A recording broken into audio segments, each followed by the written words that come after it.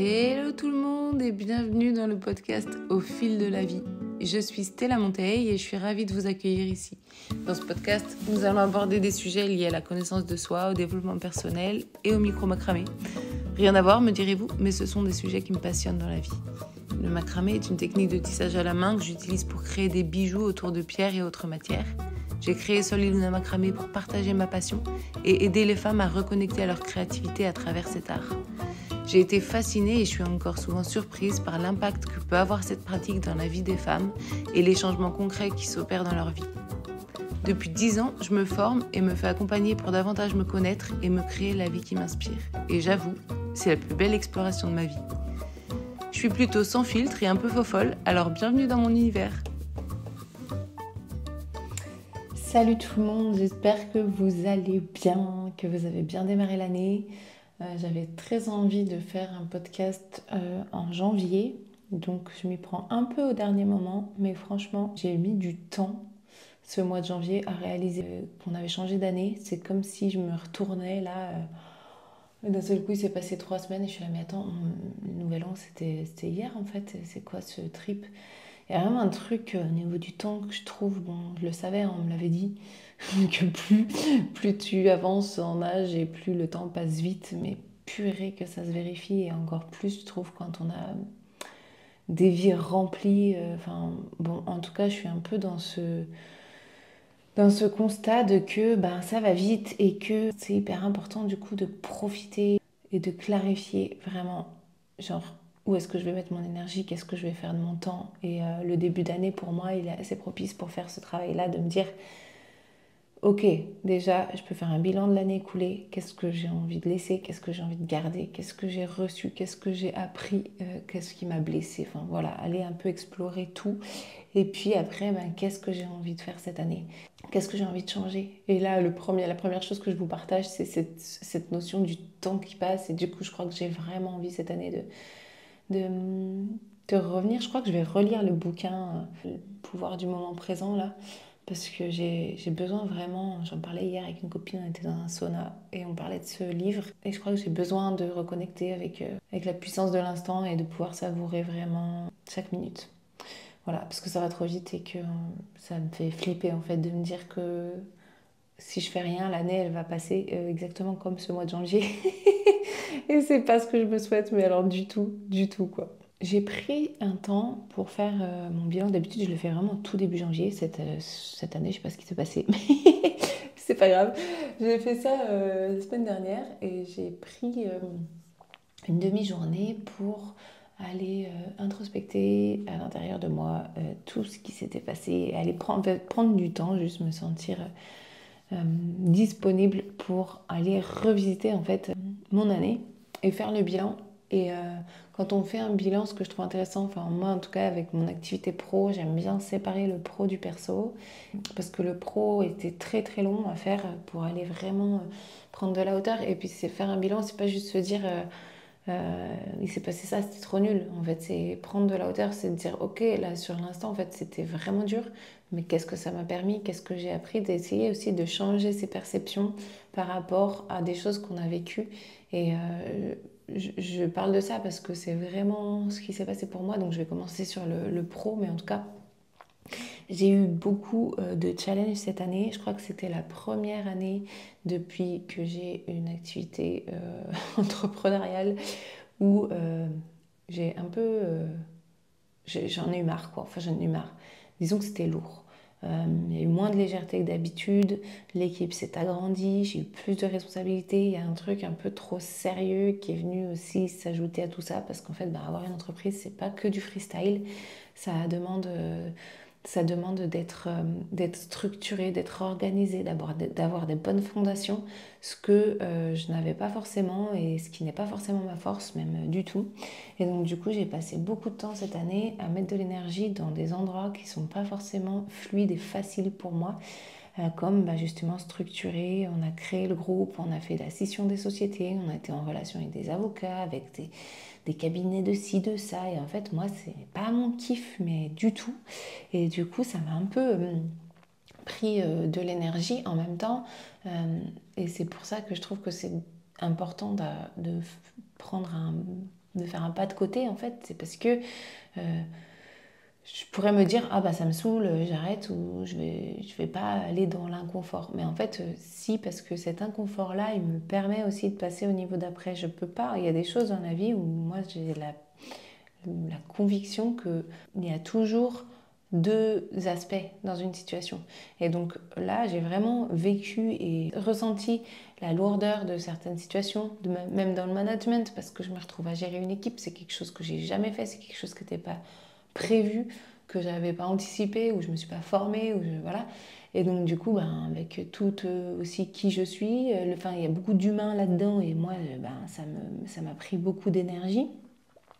Mais je pourrais dire comme ça qu'il y a plein de choses qui ont été des échecs a priori, et en même temps, si je prends plus de recul, je me dis certes c'était inconfortable, mais l'inconfort que j'ai vécu là, il va vraiment me permettre, en tout cas je l'espère, si j'en fais quelque chose et que je comprends ce que c'est venu faire dans ma vie, je peux vraiment, je pense, passer à un niveau supérieur. Et du coup, j'ai aussi cette année dans tout ça, j'ai acquis finalement des compétences que j'avais pas avant, même si c'était pas très confortable et même si c'est pas trop mon kiff.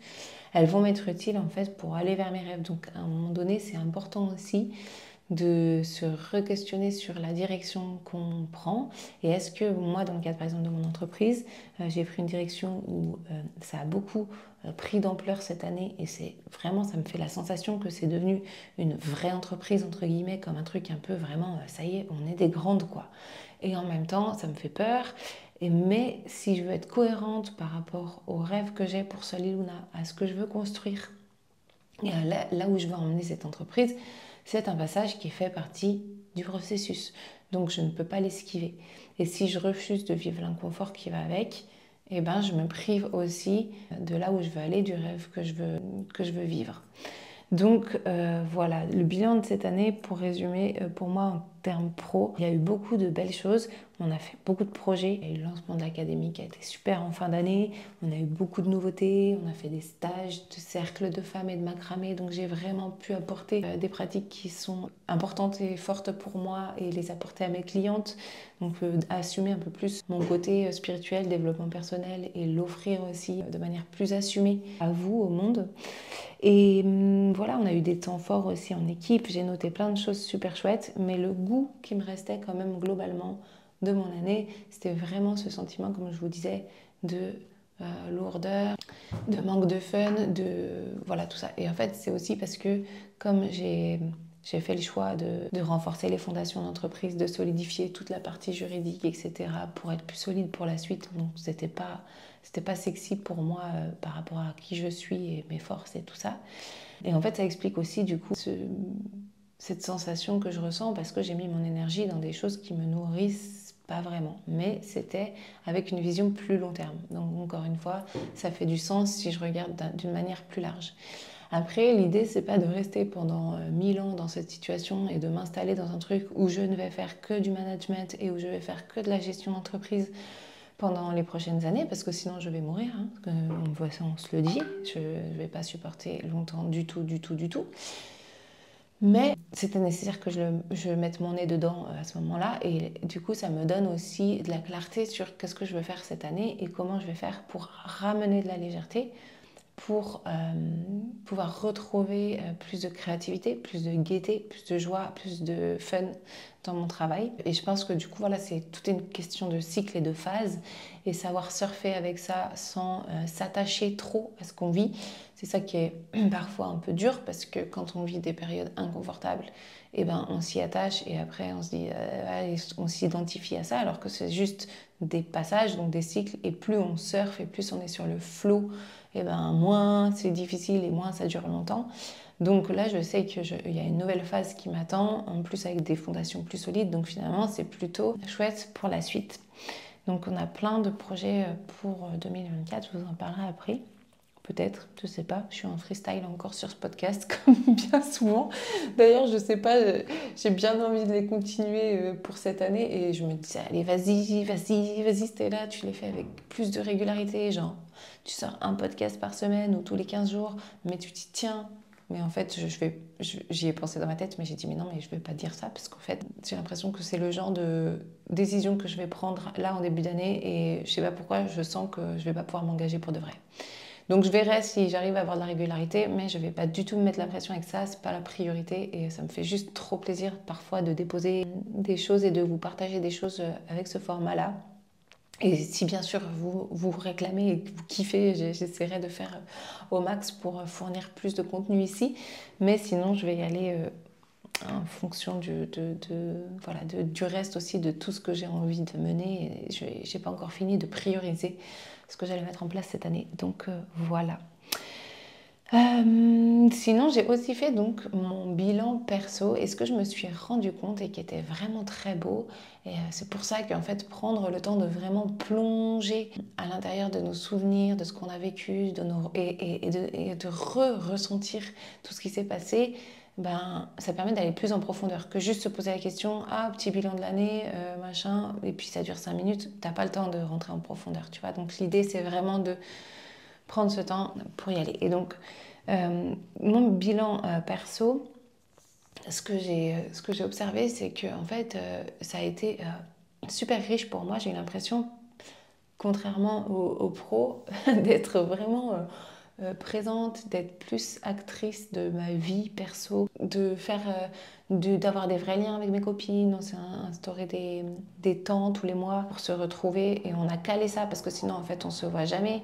On a aussi calé des temps de couple, donc tous les 2 mois avec mon chéri, on avait calé toute l'année comme ça, des week-ends amoureux. Donc dès janvier, on avait envoyé un mail à nos copains, à nos familles, en disant on veut bien faire des trocs d'enfants. Donc on a ce week-end, donc ça faisait janvier, mars, mai, etc. Et du coup, c'était trop chouette parce que ma soeur, elle nous a pris les gosses, après on a pris les siens. Ses parents sont venus, bref, on s'est organisé comme ça et le fait que ce soit calé en avance, en fait, c'était vraiment génial parce que du coup, on l'a fait et en plus, à chaque fois, c'était la trop bonne surprise, genre ah, mais trop bien, ce week-end, on a un week-end amoureux. Et vraiment, ça a solidifié notre couple et ça nous a vraiment permis d'avoir des temps privilégiés où, pareil, on allait un peu plus en profondeur dans nos conversations, dans nos échanges, choses qu'on fait pas dans le quotidien parce qu'on se croise et parce qu'en fait, juste la vie défile, quoi. Comme je disais au début de ce podcast, il peut se passer des moments où il se passe 3 semaines où tu n'as rien vu passer, quoi. Donc voilà. D'ailleurs, le week-end dernier, on avait un week-end amoureux parce que, évidemment, vous doutez bien qu'on a réitéré cette magnifique pratique en 2024 et on a fait notre premier week-end et c'était sublime. Bref, donc du coup, je disais que voilà, j'ai aussi pris plus de temps avec mes filles et il s'est aussi passé un truc cette année qui était très beau, c'est que j'ai eu besoin de prendre soin de mon intérieur, de ma maison. La déco, de l'ambiance, de l'éclairage, de la lumière, et c'est des choses que je le mettais tellement pas en priorité dans ma vie, j'étais tellement occupée par mon taf et le déploiement de mon entreprise ces dernières années que autant vous dire que tout ce qui était de l'ordre du perso, je l'avais un peu laissé de côté. Et là, mais le bonheur en fait de me sentir bien chez moi, enfin voilà, il y a vraiment un truc qui s'est ancré, qui s'est posé chez moi, dans ma famille, dans ma maison, dans ma relation avec mon homme, avec mes enfants. Et plein de choses qui se sont apaisées aussi avec ma grande. Donc trop chouette et en fait quand je prends du recul sur la situation, je me dis que le fait que ça a été plus difficile du côté pro cette année, ça a permis en fait comme un équilibre assez logique, ça a permis de laisser de l'espace au perso. Je me suis retournée vers aussi l'essentiel, je suis retournée à ce qui me fait du bien, ce qui me nourrit, ce qui est là dans mon quotidien et que j'avais un peu laissé de côté. Et voilà, ça m'a permis de voir aussi que mon entreprise, c'est important pour moi, c'est mon bébé, ça le restera toujours, j'adore ce que je fais et je pense que je m'en lasserai jamais, même si cette année ça m'a saoulée. mais il y a autre chose en fait, il n'y a pas que ça dans ma vie et c'est ultra, ultra, ultra important de s'en rappeler, surtout si vous êtes entrepreneur et que vous avez tendance à être un peu comme moi en mode feu, feu, feu, feu, feu. Donc voilà, j'ai eu pas mal de choses dans ce sens-là qui m'ont ramené à reprioriser les choses importantes de ma vie. Donc ça, c'était pour faire le bilan et c'était trop chouette de faire ce constat. Je vous invite grandement, même si vous ne l'avez pas encore fait, prenez ce temps-là, même si c'est courant février, pour regarder ce qui s'est passé pour vous. Et voilà, et même dans le point pro, ce que j'ai fait, c'est que j'ai mis ce qui s'est passé et comment ça m'a fait, comment je me suis sentie par rapport à ces trucs-là. Ce que ça m'apporte, ce que ça m'a fait ressentir. Donc c'est vraiment important d'être complètement transparent avec vous-même et de regarder ça. Ça donne en fait du pouvoir parce que ça permet aussi d'orienter l'année qui va suivre, de dire bah tiens ok, ça c'était trop bien, je le garde, je le maintiens, je le renforce. Par exemple, je reprends l'exemple de nos week-ends couples, mais on n'a même pas hésité une minute à le remettre en place tellement ça nous a apporté de la valeur.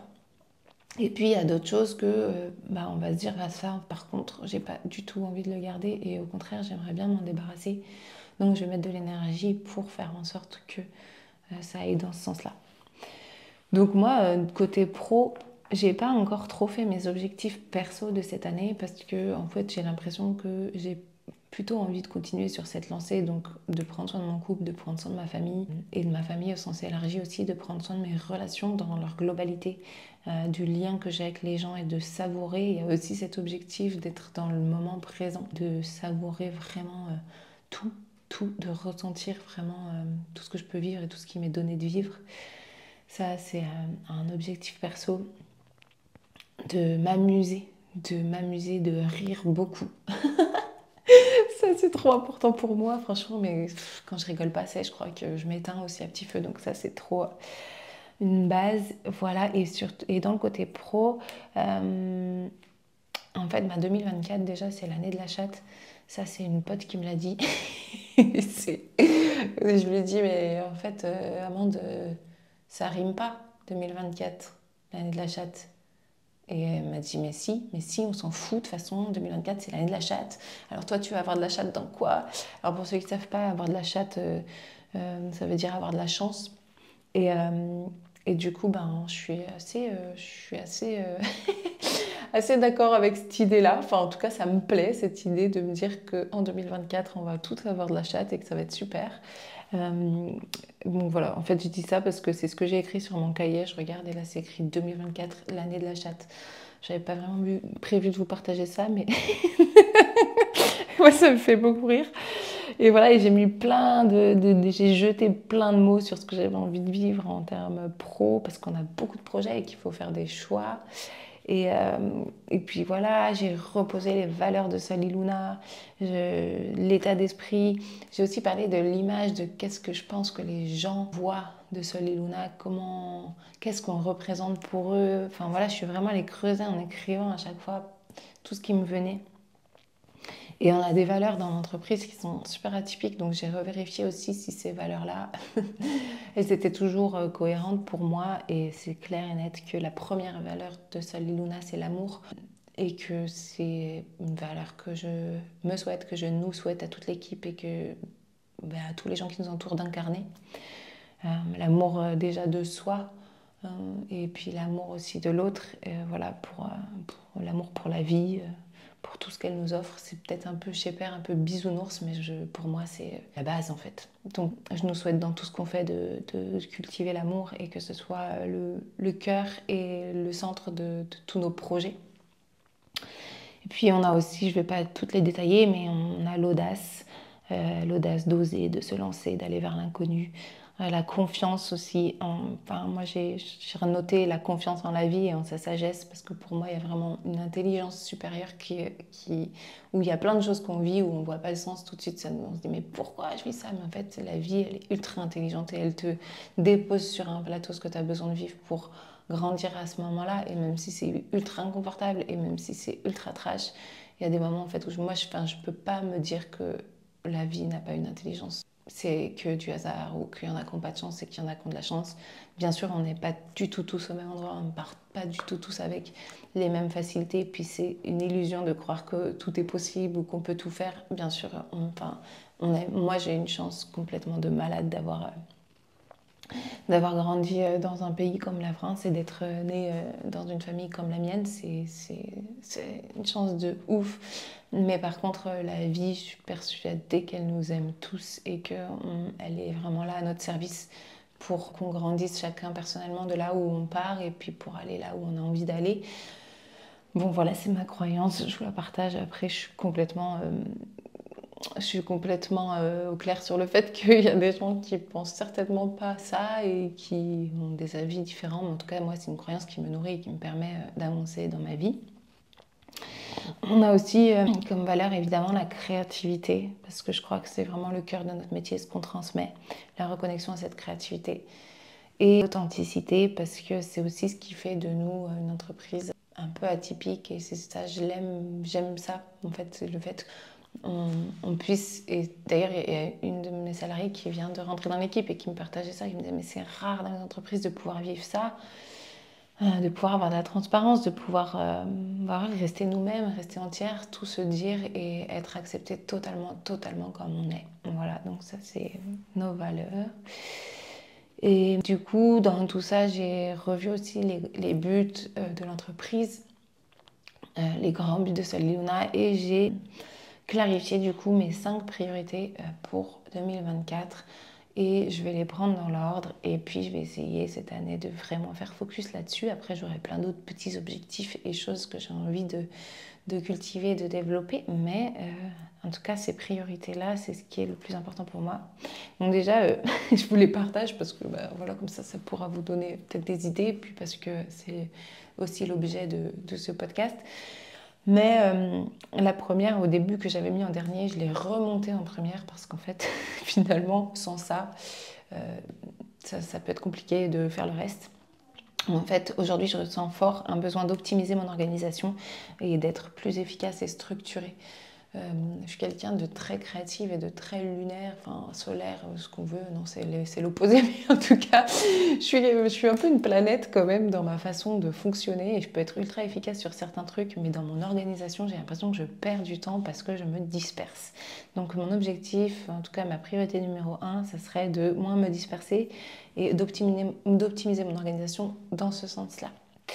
Ensuite, j'aimerais beaucoup élargir mon réseau, trouver peut-être des partenaires, faire du lien avec d'autres dirigeants d'entreprise qui travaillent dans des domaines similaires, le do-it-yourself, etc. J'aimerais faire du lien et élargir donc mon réseau. J'ai très envie cette année de faire à nouveau de la création, de créer du nouveau contenu. J'ai plein d'idées, et du coup, il faut que je me pose pour définir lesquelles je vais mettre en place en premier. On voudrait sortir le livre Soliluna aussi cette année. Donc ça, c'est pas un projet sur lequel je vais bosser toute seule. Je vais bosser en étroite collaboration avec Alice. C'est un projet sur lequel j'ai bossé déjà, même au printemps dernier. Donc il y a eu des ébauches de fait. J'y avais déjà bossé avec une nana. On avait commencé à y penser il y a déjà 2 ou 3 ans. Enfin bon, c'est un vieux projet sur lequel on n'a jamais vraiment mis trop d'énergie et de temps. Et cette année, j'aimerais vraiment qu'on le sorte parce que ce serait trop chouette d'avoir un livre Soliluna sur papier. Enfin, je sais pas, ça me ferait kiffer, ça m'excite. Donc, je me dis que c'est cool. Et puis, la 5e priorité, c'est renforcer l'engagement et la motivation de l'équipe en trouvant un moyen de manager mon équipe qui soit cohérent avec mes valeurs et en même temps qui soit efficace pour l'entreprise. Et voilà, donc je vais me former, je vais faire une formation sur le management pour déjà connaître les fondamentaux et comment ça se passe dans la vraie vie des vrais gens qui travaillent en entreprise. Et puis après, je le mettrai à ma sauce, comme d'habitude, en préservant les valeurs humaines que je veux faire vivre au sein de mon entreprise. Voilà.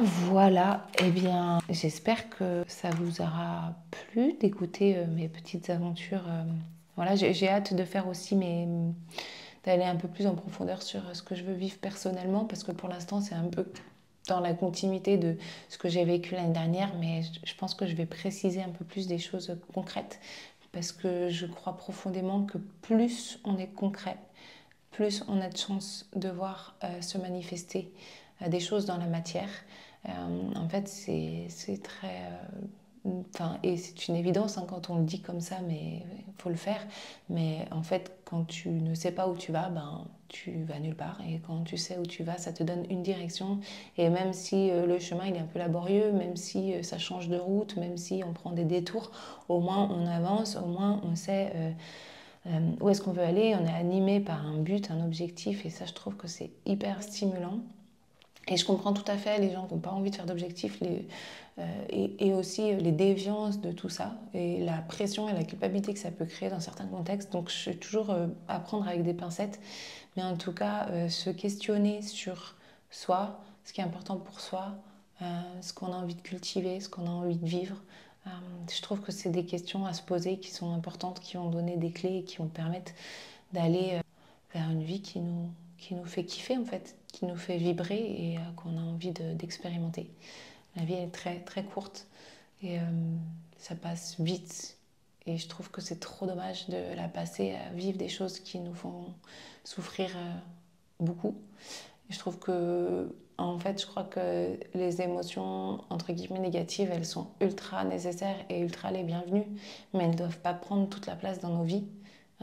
Sinon là, ça devient pas très fun quoi. Après, je comprends qu'il y ait des moments où ce soit difficile. Enfin, moi, je le vis aussi. Il y a des moments où quand ça fait un moment que je suis dans un mood un peu tout pourri, c'est chiant. Et puis, plus on y reste et plus c'est dur d'en sortir. En même temps, voilà, on a du pouvoir à des endroits de notre vie. Il faut aller trouver ces endroits, il faut aller chercher. Et il faut partir en exploration à l'intérieur de nous et se faire accompagner, et se faire aider pour se créer une vie qu'on kiffe en fait. Putain, elle est tellement courte, mais allez-y quoi. Enfin, moi j'ai juste envie de vous dire ça. De pas la laisser passer, de pas la subir, de pas être résigné à c'est comme ça et puis c'est comme ça. En fait, s'il y a des choses qui vous conviennent pas, vous avez du pouvoir, vous pouvez bouger des choses. Ça peut être long, ça peut être dur, mais il y a une part de vous qui a un pouvoir de dingue et allez le chercher quoi. Voilà, sur ce, je vous laisse ici. Je vous fais des gros bisous. Je vous souhaite une belle journée et puis je vous dis à bientôt dans un prochain podcast. Je ne sais pas quand ça sera, je ne sais pas, voilà. Mais si vous avez des idées, des envies surtout de sujets à partager, n'hésitez pas à m'écrire et je vous embrasse et à bientôt. Ciao, ciao. Et c'est tout pour aujourd'hui dans le podcast Au fil de la vie. J'espère que vous avez aimé cet épisode. N'oubliez pas de m'envoyer vos commentaires, vos questions ou idées pour les futurs sujets. J'adore construire ce podcast avec vous en fonction de vos envies et de ce qui vous passionne aussi. Abonnez-vous au podcast pour ne pas manquer les prochains épisodes et partagez avec vos potes, vos familles si vous l'avez apprécié. Merci d'avoir écouté et à bientôt dans le prochain épisode de Au fil de la vie. Restez connectés et soyez créatifs surtout. Ciao!